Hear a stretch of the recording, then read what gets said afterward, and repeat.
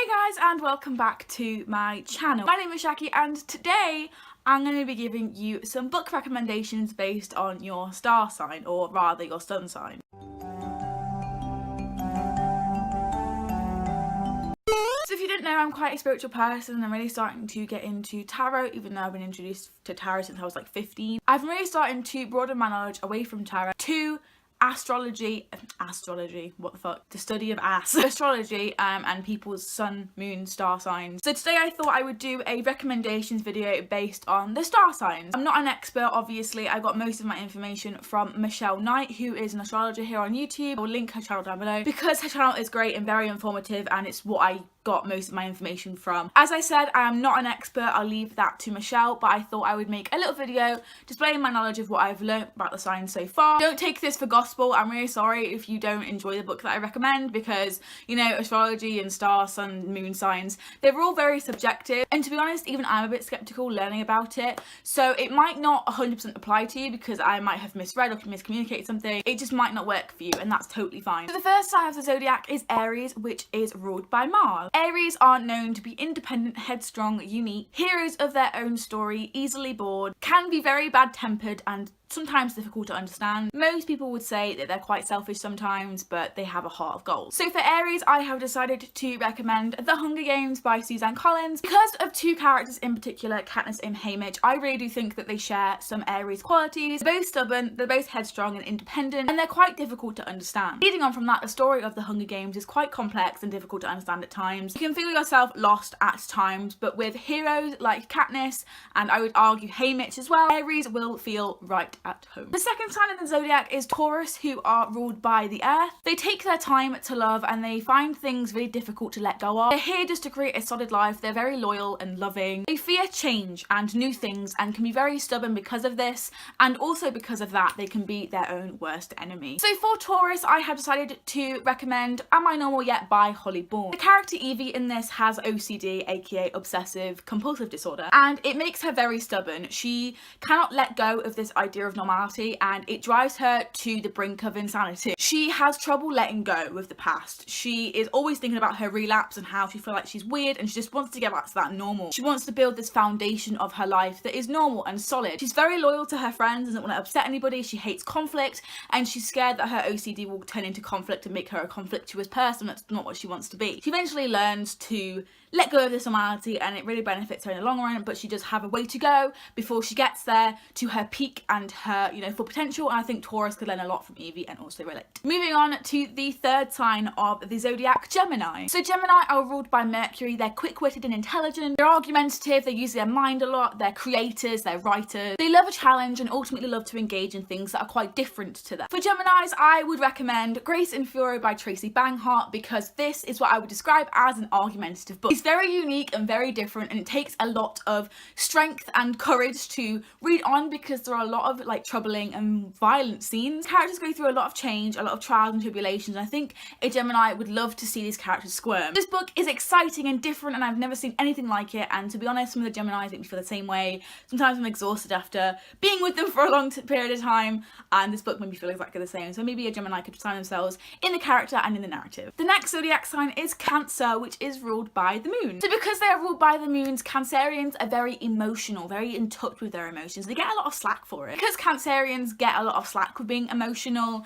they tend to hide their feelings more often than any of the other signs. But don't be fooled by this hard exterior. They have a very soft and gooey side to them as well. It can be a little bit manipulative, but if you are like in a relationship or something with a Cancerian, you'll know that they have a heart of gold, and their relationships is where they come more vulnerable, and it's okay to let your vulnerable side out if you're a Cancer. Please, God, you're making me exhausted. For a Cancerian, I decided to recommend History Is All You Left Me by Adam Silvera. This is a very emotional book, and to me the cover kind of signifies the moon. I don't know why. I think there's a moon on it. Is there a moon? I don't know. So History Is All You Left Me is a recommendation for all of my Cancerians watching, because it's about emotion, it's about grief, and it's about pulling together in relationships and being there for one another, even if you don't necessarily agree on the same values or beliefs. I think that History Is All You Left Me could potentially allow Cancerians to be more in touch with their emotions, emotions and to be able to express them without feeling like they're going to be shunned or made fun of. The next star sign is Leo, which is ruled by the sun. So Leos are very charismatic and they kind of want everyone to turn heads when they walk into a room. They want to have the it factor and they walk into a room with so much pride and they just want to be at the center of everyone's attention. Not necessarily in a bad way, you know, it can get exhausting for everyone and them. Because of this, they can be deemed as quite arrogant and selfish from other people, but they are good lovers and they make for great friends and aspirational figures. It just takes you a bit of a while to get to know a Leo fully for you to be able to defend them when they get a little bit arrogant or a little bit selfish or they get a little bit of pride. But once you get to know them, you will have a friend for life. So for a Leo, I will recommend Gossip Girl by Cecily von Zygzgar. This is full of people with pride and with the it factor, and I feel like a Leo would be very excited by this kind of atmosphere and this kind of world. Maybe more of a Leo who isn't as prideful and they feel like they're proud in themselves but they can't express it, they're too shy, would find this particularly exciting because they would get the fulfillment of like these people being very pride filled they lack in their own lives. I think Serena in this particular novel are perfect examples of a Leo. But yeah, a lot of pride in this, a lot of it girls, and I think a Leo would find this very, very exciting. Next is Virgo, the Virgin. Now, Michelle Knight always says that the Virgin doesn't necessarily mean prude or like virginity. It just means that you're owned by no one, and I think that's a very good characteristic to have. They do have this shadow side of being quite a perfectionist and emotionally withdrawn. They like to do things in the right way with independence and with right judgment and ethics. For a Virgo, I would recommend Wonder Woman Warbringer by Leigh Bardugo. I feel like Diana is a perfect example of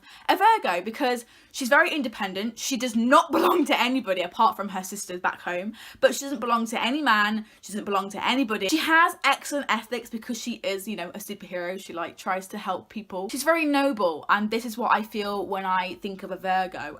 She's quite a perfectionist for me, Diana. She never quits or anything. She always has to see tasks through until the end before starting new ones. And I feel like a Virgo would very much so relate to that and very much appreciate Diana's hard work and courage and good ethics. Next is Libra, who are ruled by Venus, the planet of love. They're quite mysterious. Relationships are literally everything to them. They're quite sensual and sexually liberated. They hate disharmony and their friendships mean a lot to them. If they're not having committed sensual relationships, they're having friendships that are just as committed. They have a sense of justice and they want everyone to be fair. It's always about the scales for Libra, and this can make them kind of a people pleaser, which makes them come into more conflict than they actually would want to. In turn, I decided to recommend Libra, Simon versus the Homo sapiens Agenda by Becky Albertalli. That fucking title is so long every single time. I reckon Simon is a bit of a Libra because he loves his friends. His friendship means everything to him, but at the same time, he is a people pleaser. I'm gonna try not to spoil the book, obviously, because I'm recommending it to you, but there is some events in this book that end Simon upsetting his friends for the sacrifice of his own worth and his own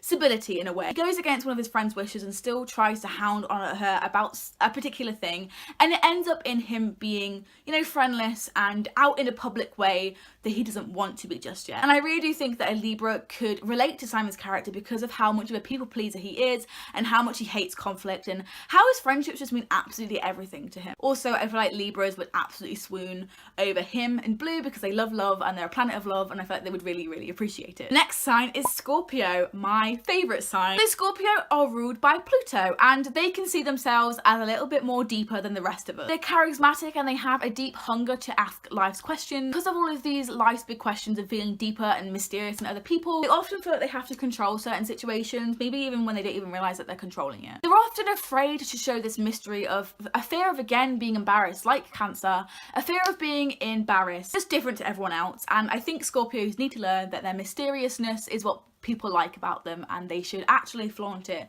rather than hide it away. For a Scorpio, I'm going to recommend The Night Circus by Erin Morgenstern. This is a book that does not hide its mysteriousness. Although it particularly wasn't one specifically made for me, I really do think a Scorpio could fall in love with this book. It is a chunky book, it is a lot of pages long, and I feel like a Scorpio would have a really fun time reading it, perhaps over and over again, just to get this glimpse of deep and mysteriousness. It's so mysterious, and I feel like a Scorpio can truly understand the deepness of the night circle. The next star sign is Sagittarius. Another one of my favourite signs because I am a Sagittarius. So us Sagittarians are, you know, controlled by Jupiter, which means we're quite adventurous and we're quite spontaneous. Sorry if the lighting or the frame or anything has changed. I ran out of storage, so I had to sort that out. But I would recommend Sagittarians. Looking for Alaska by John Green. It isn't just because I love this book, it's my favourite book in the world, but Sagittarians are very philosophical and enthusiastic. I think they could relate to Pudge for his thirst of knowledge and for Alaska for her adventurous tone because of their, you know, questioning for life and what is the labyrinth and great perhaps, and they have so many questions, and I feel like Sagittarius could run with this and create so many theories of their own, which I have personally experienced, and it is great. Next is Capricorn, my actual least favourite sign of the Zodiac. I don't know why.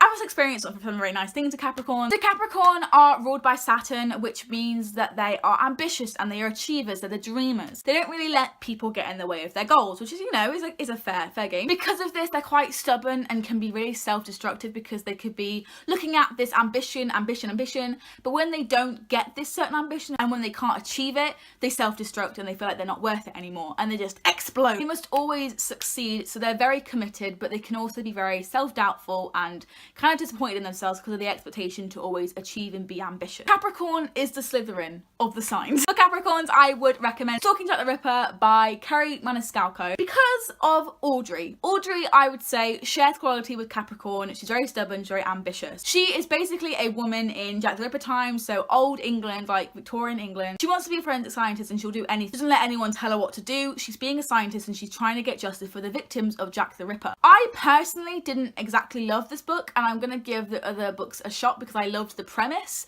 But I feel like the execution could have been way better, but that doesn't mean that you're not going to enjoy it. I feel like Capricorns especially would because of Audrey's drive and ambition. I think the Capricorns would look up to that in a way and want that for themselves in their real life. The second to last star sign is Aquarius. They are ruled by Uranus, and so they are always one step ahead of the game. They were built on this earth to be revolutionary and visionary and eccentric about their ideas. They're always one step ahead of trends and fashion, and people will make fun of them for that, but later be following the same trends and Aquarius will say, I told you so. They want to stand up for people, for friendships, for equal rights. They're very fair. They are a people person, but they can be emotionally detached. They can go weeks and weeks and weeks without talking to some people, and other people will be like, why aren't you talking to me anymore? Like, poof, it's gone. They won't be able to be deep and complex, but this emotional detachment that they sometimes have when they're either hurt or they're getting a bit too deep is their downfall. For Aquarians, I have decided to recommend All the Bright Places by Jennifer Niven, plainly because of Theodore's Aquarian quality. He's very, very stubborn and complex, but he doesn't really let this show. He's very emotionally detached. We are made to believe that Theodore doesn't really care about what other people are saying to him, even though he's being bullied and he's quite suicidal, so trigger warning for that. He's eccentric, he does his own thing, doesn't care what anyone else thinks of him, and you know, one day Theodore could be revolutionary and he could, you know, set trends, but for now, he's getting bullied. This one is the one I'd recommend to an Aquarius because if you want to feel like someone else is like as ahead of the game as you, Theodore is your man. And the last zodiac sign, Pisces, another one of my favourites. Pisces are ruled by Neptune, meaning that they have a huge heart. They're creative, romantic, empathetic, but can sometimes lose control of their logic and their emotions, and they can sometimes get a little bit, you know, distorted view, rose-tinted glasses and all of that, and so build expectations on this that aren't really that achievable. Sometimes I think the world is too harsh, and so they seek escapism in alcohol and substances. Pisces, you just need a really good book. And this book that I'm going to be recommending you is actually one that I don't own yet, which is really sad. I need to get on that.